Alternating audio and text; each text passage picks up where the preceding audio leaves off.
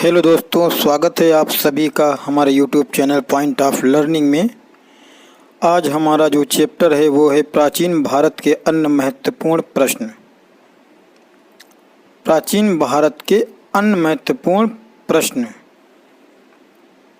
तो इनसे संबंधित हम आज के इस अपने वीडियो में MCQ टाइप के जो हमारे इतिहास के प्रश्नों की सीरीज चल रही है, इनसे जुड़े हुए हम प्रश्नोत्तर का अध्ययन करेंगे।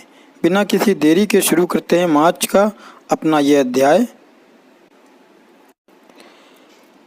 पहला प्रश्न आपकी स्क्रीन पर आपके सामने, किस पुस्तक का 15 भारतीय और 40 विदेशी भाषाओं में अनुवाद किया जा चुका है? यानी ऐसी कौन सी पुस्तक है जिसे 15 भारतीय भाषाओं में और 40 विदेशी भाषाओं में अनुवाद किया गया है? ऑप्शन आपकी स्क्रीन पर आपके सामने। ऑप्शन ए है पंचतंत्र, ऑप्शन बी है हितोपदेश, ऑप्शन सी है अभिज्ञान शाकुंतलम और ऑप्शन डी है कथा सरित सागर। तो जो ऑप्शन ए है पंचतंत्र, वो पंचतंत्र ही एक ऐसी पुस्तक है जिसे 15 भारतीय भाषाओं में और 40 विदेशी भाषाओं में अनुवाद जिसका किया गया है। ऑप्शन ए इसका सही जवाब है। अगले सवाल की तरफ बढ़ते हैं हम। न्यूमिस्मेटिक्स क्या है? प्राचीन पांडुलिपियों का एक अध्ययन है, सिक्कों और धातुओं का अध्ययन है, ताल पत्रों का अध्ययन है, ताम पत्रों का अध्ययन है। तो जो न्यूमिस्मेटिक्स है वो सिक्कों और धातुओं का अध्ययन होता है। ऑप्शन बी इसका सही जवाब है। आगे बढ़ते हैं। मालती माधव के लेखक कौन थे? मालती माधव एक प्रसिद्ध ग्रंथ है या पुस्तक है। तो इससे संबंधित सवाल प्रतियोगी परीक्षाओं में पूछा जाता है। और इसके लेखक कौन थे? Option A Harsh, option B Shudraka, option C Bhavabhuti, option D Bhasa. तो जो मालती माधव के लेखक हैं वो भवभूत हैं। या कभी यह इस तरीके के से भी सवाल पूछा जा सकता है कि भवभूत द्वारा लिखित पुस्तक कौन सी है। अगर उसमें ऑप्शन मालती माधव दिया होता है तो आप मालती माधव को टिक करेंगे। इस तरीके से ऑप्शन सी इसका सही जवाब है। आगे बढ़ते हैं सवाल नंबर 4 की तरफ। सवाल नंबर 4 आपके सामने। प्राचीन भारत में बौद्धेय कौन थे? चोल के सामंत थे, बौद्ध मत का एक पंथ था, जैन मत का एक पंथ था, एक गणतांत्रिक जनजाति थी। तो प्राचीन भारत में जो बौद्धेय थे वह एक गणतांत्रिक जनजाति थी। ऑप्शन डी इसका सही जवाब।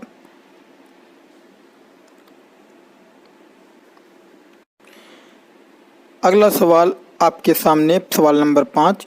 मानव द्वारा सर्वप्रथम प्रयुक्त अनाज क्या था? यानी मनुष्य ने सबसे पहले किस अनाज का प्रयोग किया था? गेहूं और जौ का, चावल का, ज्वार का, बाजरे का? तो मनुष्य द्वारा जो सबसे पहले जिस अनाज का प्रयोग किया गया वह गेहूं और जौ था। ऑप्शन ए इसका सही जवाब है। आगे बढ़ते हैं सवाल नंबर 6 की तरफ। बौद्ध, जैन और ब्राह्मण धर्मों में कौन सी धारणा एक जैसी थी? यानी बौद्ध, जैन, ब्राह्मण धर्म तीनों अलग अलग थे, लेकिन तीनों धर्मों में कौन सी धारणा थी जो एक जैसी थी या समानता पाई जाती थी?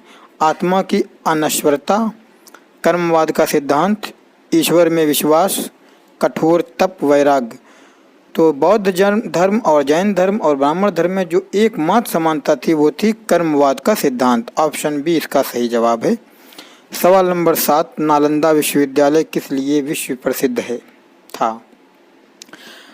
तो नालंदा विश्वविद्यालय जो प्रसिद्ध था या उसकी प्रसिद्धि का जो प्रमुख कारण था वो था बौद्ध धर्म दर्शन।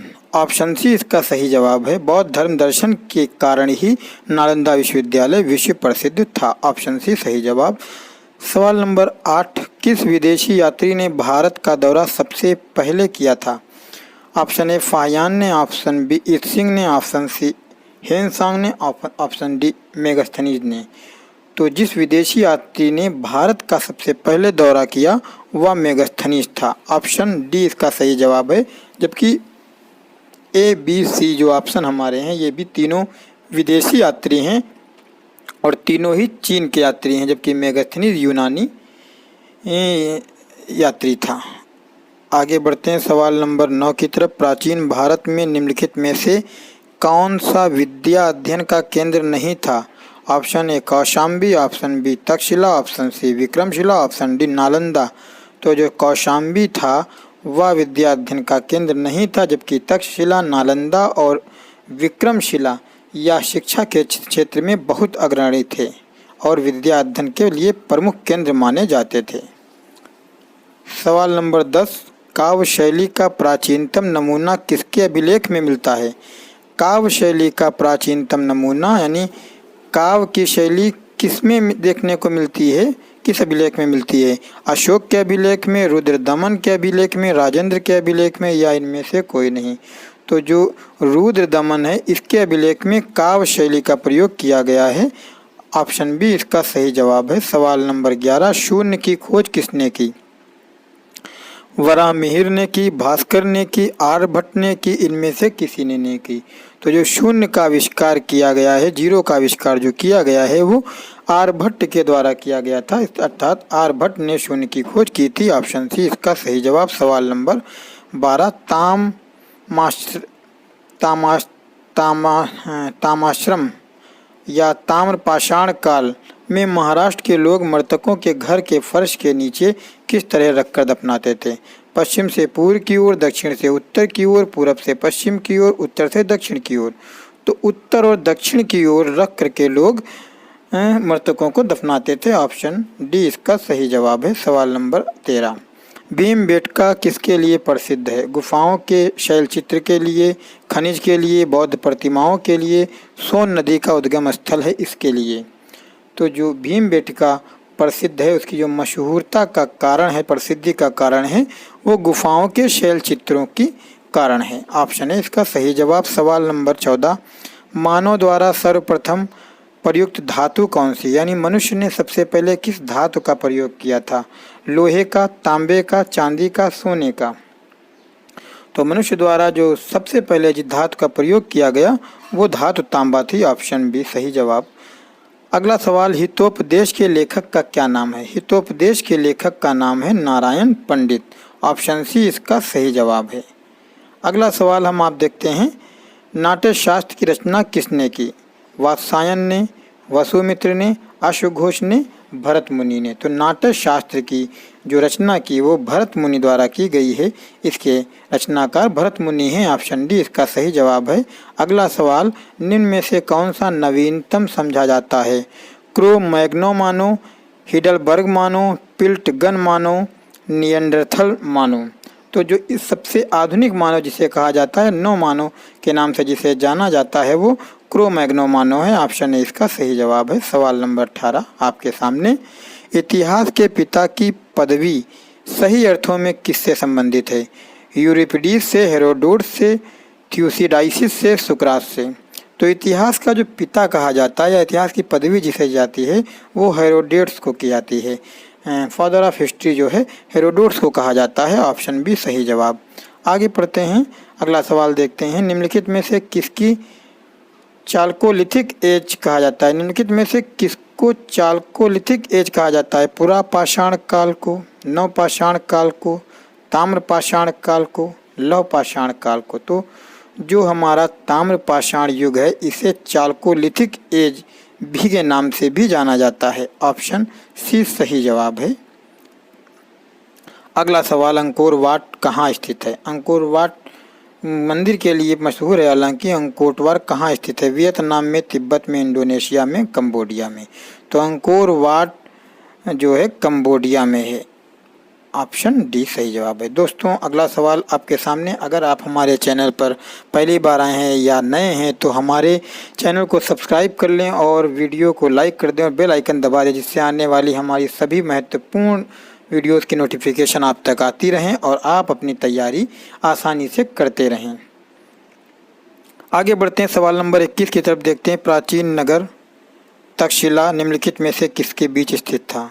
सिंध व झेलम के बीच में स्थित था, झेलम व चेनाब के बीच में स्थित था, चेनाब व रावी के बीच में था, या रावी व व्यास के बीच में था? दो नदियों के जोड़े यहाँ पे दिए गए हैं और हमसे सवाल पूछा जाए जो तक्षशिला था, तक्षशिला कहाँ पर मौजूद था? तो तक्षशिला जो मौजूद था वह सिंध और झेलम नदियों के मध्य में स्थित था। ऑप्शन ए इसका सही जवाब है।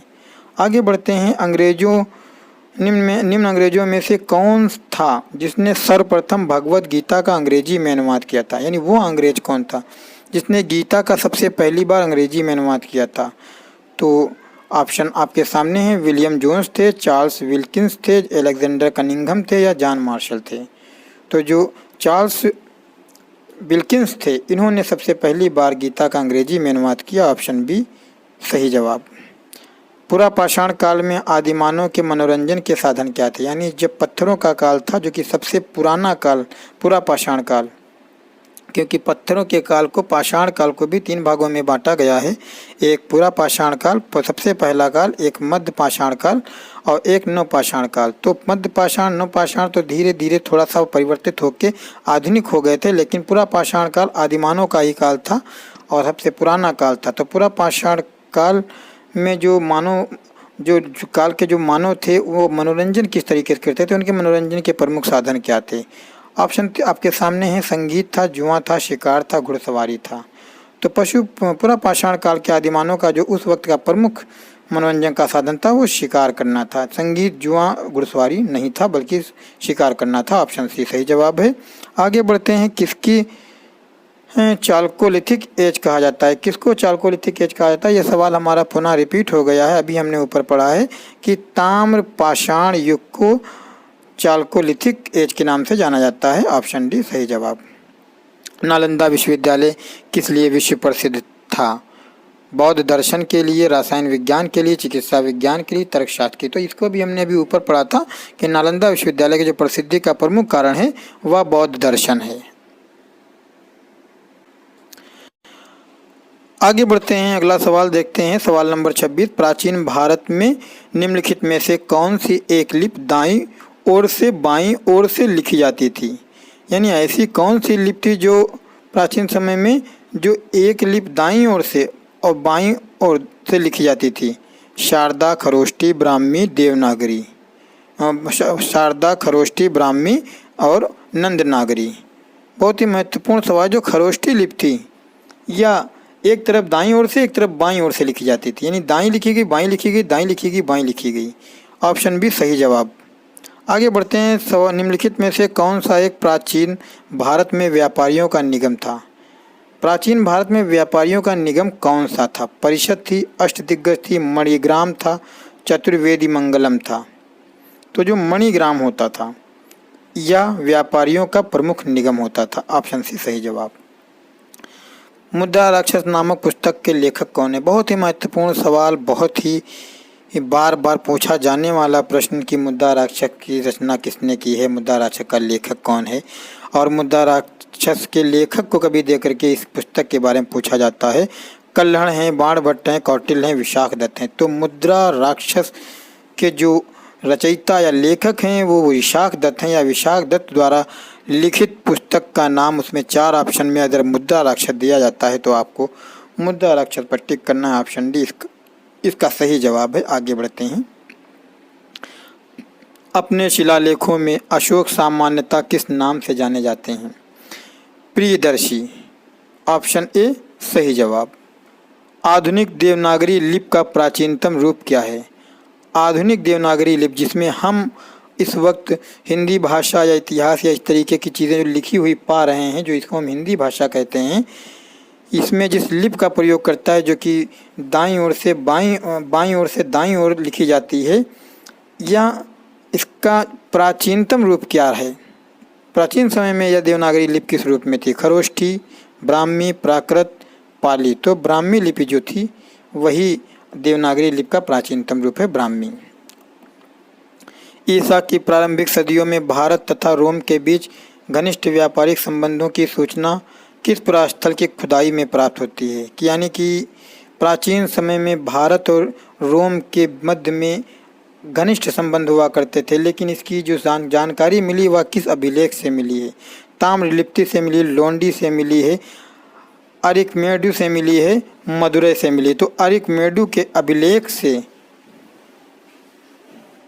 अरिकमेडु नामक पुरास्थल से इस बात की जानकारी मिलती है हमको कि रोम और भारत के मध्य में घनिष्ठ संबंध थे प्राचीन समय में। अगला सवाल। अशोक की धम्म नीति का मुख्य सिद्धांत क्या था? संयम था, दया थी, दान था, स्वयं नियंत्रण था? तो सेल्फ कंट्रोल, स्व नियंत्रण जो था, या अशोक की धम्म नीति का प्रमुख सिद्धांत था। अगला सवाल आपकी स्क्रीन पर सवाल नंबर 33। अशोक के अभिलेख को सर्वप्रथम किसने पढ़ा था? जेम्स प्रिंसेप ने पढ़ा था, जॉर्ज ब्यूलर ने पढ़ा था, विंसेंट स्मिथ ने पढ़ा था, अहमद हसन दानी ने पढ़ा था। तो अशोक के जो शिलालेख सर्वप्रथम पढ़े गए जिस विद्वान के द्वारा वह जेम्स प्रिंसेप था। ऑप्शन ए इसका सही जवाब है। अगला सवाल आपके सामने आपकी स्क्रीन पर सवाल नंबर 34। निम्नलिखित में से कौन सा अशोककालीन अभिलेख खरोष्ठी लिपि में है? मेरठ का, शाहबाजगढ़ी का, गिरनार का, कालसी का। तो जो शाहबाजगढ़ी का अभिलेख है वह खरोष्ठी लिपि में लिखा गया है। ऑप्शन बी इसका सही जवाब। और इस वीडियो का अंतिम प्रश्न सवाल नंबर 35 आपके सामने आपकी स्क्रीन पर। निम्नलिखित में से किस एक अभिलेख में अशोक के व्यक्तिगत नाम का उल्लेख मिलता है? यानी ऐसा कौन सा अभिलेख, निम्नलिखित में से ऐसा कौन सा अभिलेख है जो अशोक के व्यक्तिगत नाम के बारे में बताता है, उसके व्यक्तिगत नाम का उल्लेख करता है? कालसी का अभिलेख है, रुमिंदेई का अभिलेख है, मास्की का अभिलेख है या विशिष्ट कलिंग राजादेश का अभिलेख है? तो जो ऑप्शन सी हमारा है मास्की के अभिलेख में अशोक के व्यक्तिगत नाम का उल्लेख हमें मिलता है। ऑप्शन सी इसका सही जवाब। दोस्तों वीडियो आपको कैसी लगी हमें कमेंट बॉक्स में ज़रूर बताएं। आपको हमारी सभी वीडियोस कैसी लग रही हैं आप हमें बताएं। और अगर आप हमारे चैनल पर नए हैं तो हमारे वीडियो को लाइक कर दें, चैनल को सब्सक्राइब करें, ज़्यादा से ज़्यादा अपने दोस्तों में शेयर करें। बने रहिए हमारे साथ, देखते रहिए। एक के बाद एक सीरीज़वार हम आपको बहुविकल्पी एमसीक्यू टाइप की प्रश्नों का अध्ययन कराते रहेंगे। इतिहास विषय के बाद हम आपको राजनीति शास्त्र से संबंधित एमसीक्यूज़ की एक बड़ी सीरीज़ लेके आएंगे। आप पढ़ते रहिए, अच्छे से तैयारी करते रहिए, जिससे आपको किसी भी आने वाली प्रतियोगी परीक्षाओं में कोई भी कठिनाई का सामना ना करना पड़े। देखते रहिए पॉइंट ऑफ लर्निंग, बने रहिए हमारे